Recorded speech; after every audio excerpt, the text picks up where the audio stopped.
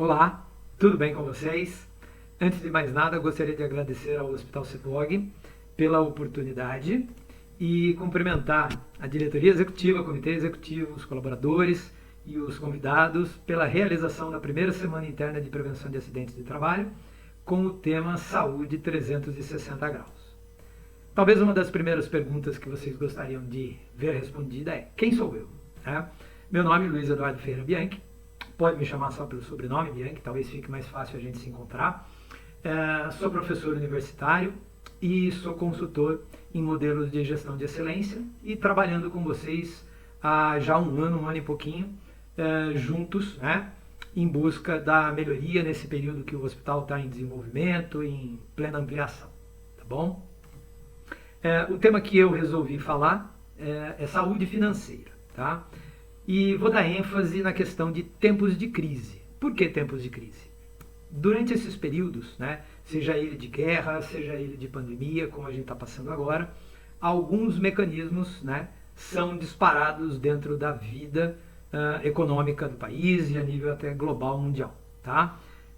Existe uma queda, geralmente, de demanda, então as pessoas deixam de consumir, as empresas diminuem seus níveis produtivos, fazem readequação de seus quadros funcionais e, consequentemente, pessoas acabam tendo suas horas extras canceladas, seus salários sendo cortados, ou seja, diminuindo carga de trabalho, ou efetivamente até sendo demitidos. Tá?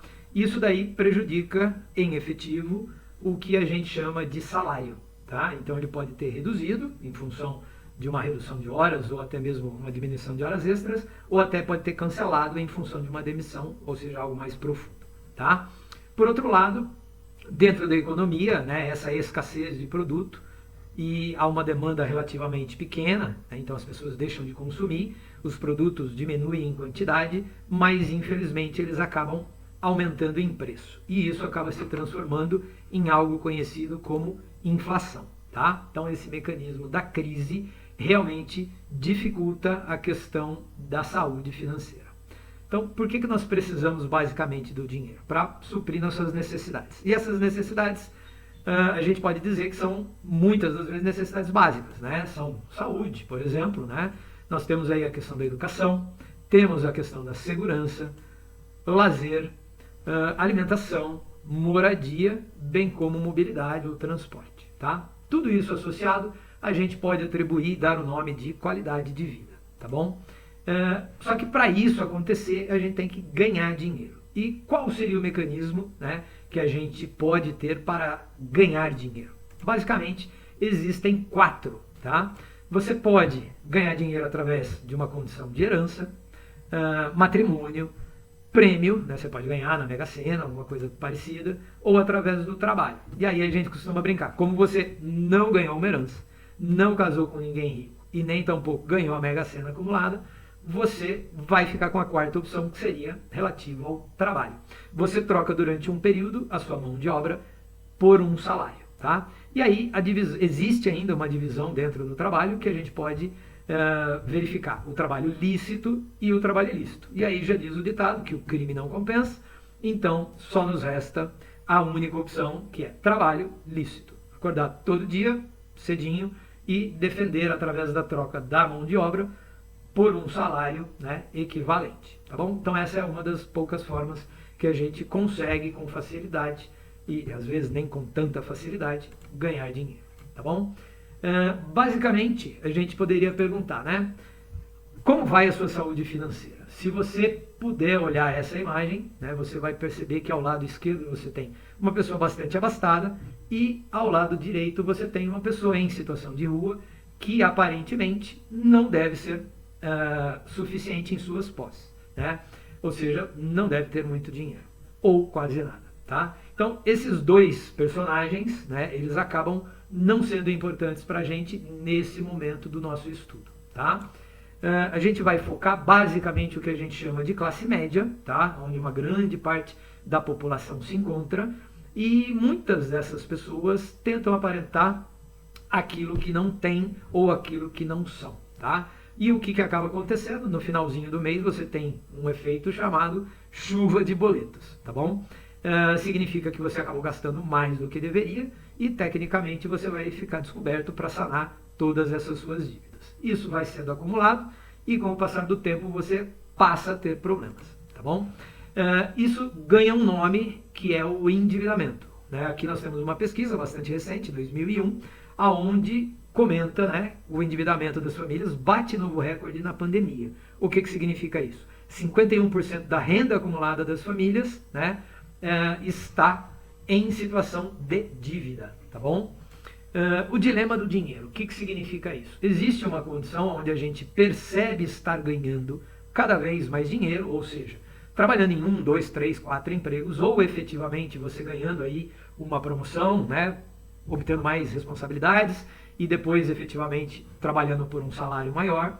E no final do mês ele também não sobra, né? Por que isso talvez aconteça? Então a gente vai trabalhar algumas dicas, né, a partir de agora, de forma bem objetiva, para que a gente possa evitar essa situação com o passar do tempo, tá bom? Então uma das primeiras dicas seria: entenda a síndrome do comportamento congruente. Parece difícil, mas basicamente, se você analisar, as pessoas partilham de um dos 4 perfis que eu vou mostrar agora: perfil devedor, o perfil gastador, o perfil poupador ou o perfil investidor. O que significa isso daí?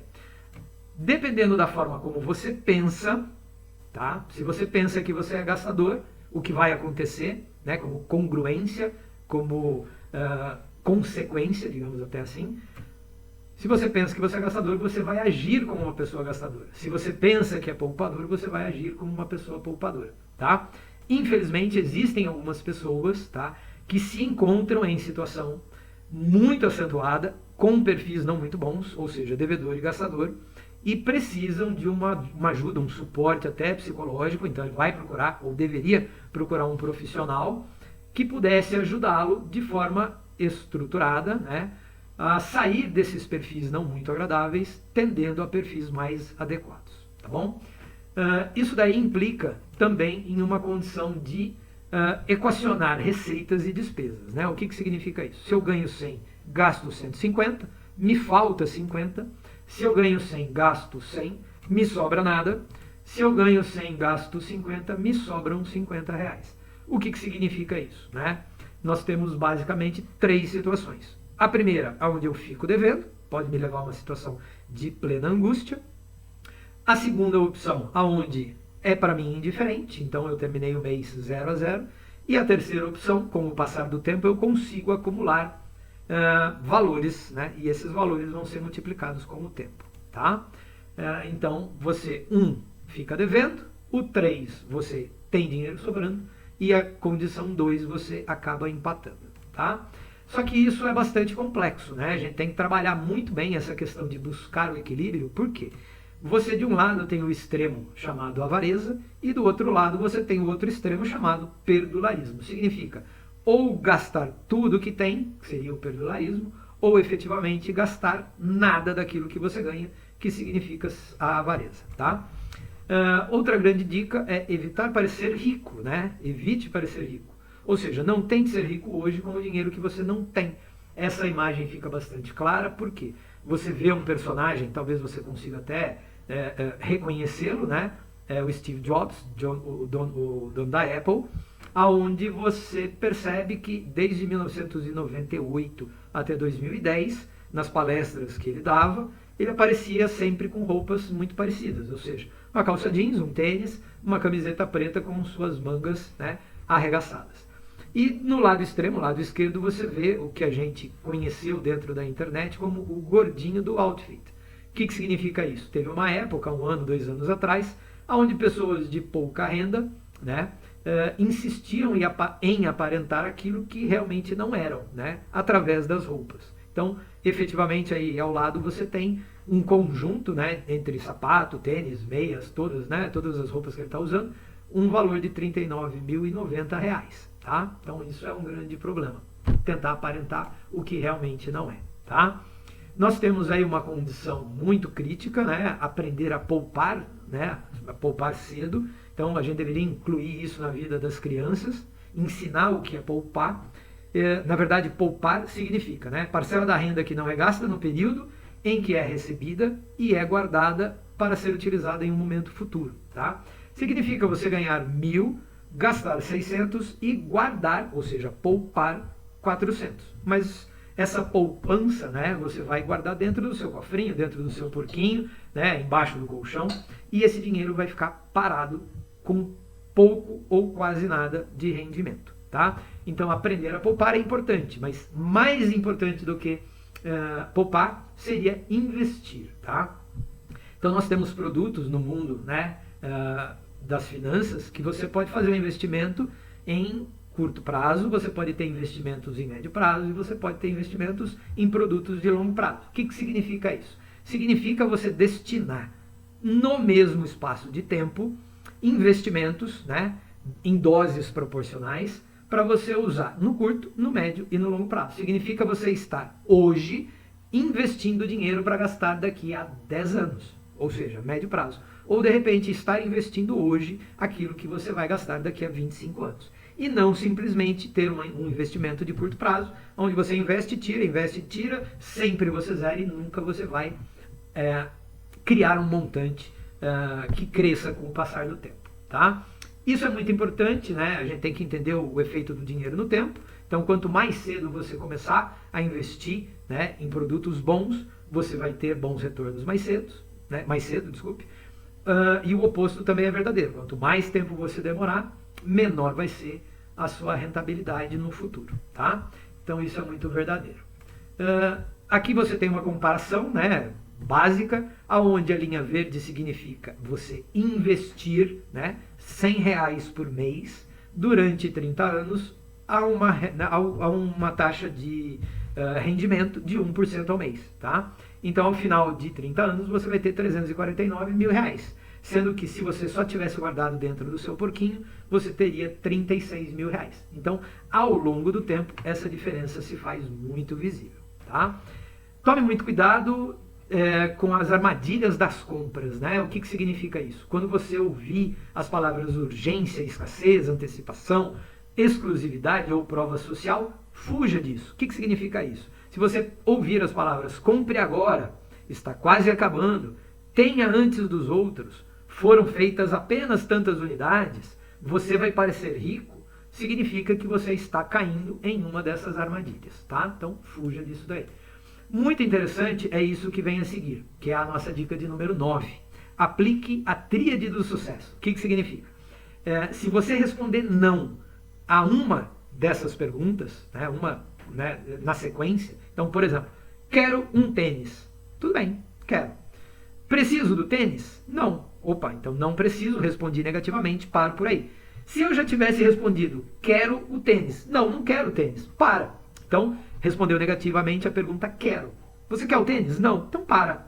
Você quer o tênis? Quero. Mas você precisa? Não. Então pare a compra. Agora, se você respondeu quero e preciso, só que você não pode comprar, pare a compra porque está respondendo negativamente para a terceira pergunta. Então quero, preciso e posso. Só execute a compra se você responder sim para as 3 perguntas, tá? Vamos lá. Dica de número 10, controle-se nas datas comemorativas, né? A gente percebe que as datas comemorativas até aumentam com o passar do tempo, né? Mas a gente realmente tem que se controlar muito. A gente deveria dar presentes, né? Mas na forma de pequenas lembranças, né? Porque às vezes a gente perde a mão, né? A gente se descontrola e acaba fazendo dívidas em função de uma data, seja um aniversário, seja Natal, seja Dia das Mães ou qualquer outra data significativa, tá? Fuja das influências externas. O que significa isso? Você comprou uma moto, né? Está super feliz com ela, e aí você viu alguém da sua família comprando uma moto maior, aí você percebe que não está tão feliz. Alguém da sua empresa comprou uma moto melhor ainda, você passa de não muito feliz para quase triste, né? Aí alguém da sociedade, passando ali na frente, você vê que ela tem uma moto linda, maravilhosa, e de repente você se questiona, será que algum dia eu terei uma moto parecida com essa? E aquilo que era uma felicidade para você ter comprado uma motinha pequenininha, uma bicicleta motorizada, para te levar e trazer do serviço, você descobre que é um motivo de tristeza para você, tá bom? Tome cuidado com o custo do crédito, tá? Se você olhar que nós temos uma pesquisa de março, na verdade não uma pesquisa, mas uma matéria, mês de março de 2021, que indica para vocês o valor, né, o custo do crédito, ou seja, cheque especial 124,9%, né, ao ano, e a taxa de juros, né, o rotativo do cartão de crédito 326,7%. Significa que você dobra ou até quadruplica, dependendo aí da opção que você vai trabalhar, você quadruplica suas dívidas, tá? Então significa, não há necessidade de você rasgar o cheque, cortar os seus cartões, e sim trabalhar de forma controlada com eles, de forma comedida, tá bom? Fuja dos maus investimentos, né? A gente costuma falar, moto, carro, casa, consórcio, né? Capitalização, poupança. Fuja, não são considerados nem investimentos, tá? Investimento, na verdade, a teoria diz, investimento é você dispor de dinheiro no presente para se obter mais no futuro. O que significa isso? Se você compra hoje um carro, amanhã ele vai valer menos. Você compra hoje uma moto, amanhã ele vai valer menos. Você compra hoje uma casa, provavelmente amanhã ela vai valer menos. A não ser que você esteja em um momento de valorização desses bens, tá? Caso contrário, não são considerados bons investimentos. Os bons investimentos são chamados de ativos e geralmente eles estão ligados a produtos bancários, sejam eles, né, dentro da renda fixa ou sejam eles produtos de renda variável. Então, não faça investimentos em passivos e sim em ativos, tá bom? Uma outra dica muito forte é empreenda, tá? Mas tome cuidado que nas épocas de crise, né, então você, por exemplo, foi demitido e você é obrigado, de uma forma ou de outra, a empreender. Isso se chama empreendimento de necessidade. Então, quer queira, quer não, você vai ter que quebrar o galho vendendo alguma coisa, ou, né, você vai num atacadão, compra ali, o exemplo que eu vou dar a seguir, né, você tem a possibilidade de cuidar de pequenos valores. Então você vai no atacadão, compra ali um pacote, por exemplo, de paçoquinha, ele custa R$16,90, tem 50 unidades, então a unidade sai a 0,34, ou seja, 34 centavos. Se você vender a R$1, ele vai valorizar 196%. Aí você me diz, mas eu tenho que vender muita paçoquinha para ter um volume de dinheiro relativamente grande. Sim, mas percentualmente ele é bastante significativo. Então você vai empreender de forma em forma de ter sido levado por sua necessidade, tá? A gente tem uma teoria a nível global, isso está se manifestando uma realidade, que é a nossa dica 17, que seria o seguinte: viva mais e tenha menos. Você pode ver aí, né, que são 4 casas muito pequenininhas, na verdade não são consideradas nem casas, elas são pequenos trailers, né, aproximadamente 20, 25 metros quadrados, aonde você forma vilas, né, em inglês o nome dessas casinhas, elas são chamadas de tiny houses, que significa casas pequenas, casas minúsculas, né? E você compõe vilas, você põe isso num terreno, e por ter rodas ela nem é considerada um imóvel, tá? Então você tem benefícios fiscais, né, tributários, você consegue viver bem, relativamente bem, uma moradia agradável, gastando muito pouco, tá? Isso daí, se você procurar na internet, você vai ver um movimento muito forte. Outra condição do Viva Mais e Tenha Menos é assim, casa na praia, casa no campo, bicicleta, carros, né? Isso daí já está se tornando, a nova geração, essas novas gerações, já estão se tornando diferentes das gerações anteriores. O que significa isso?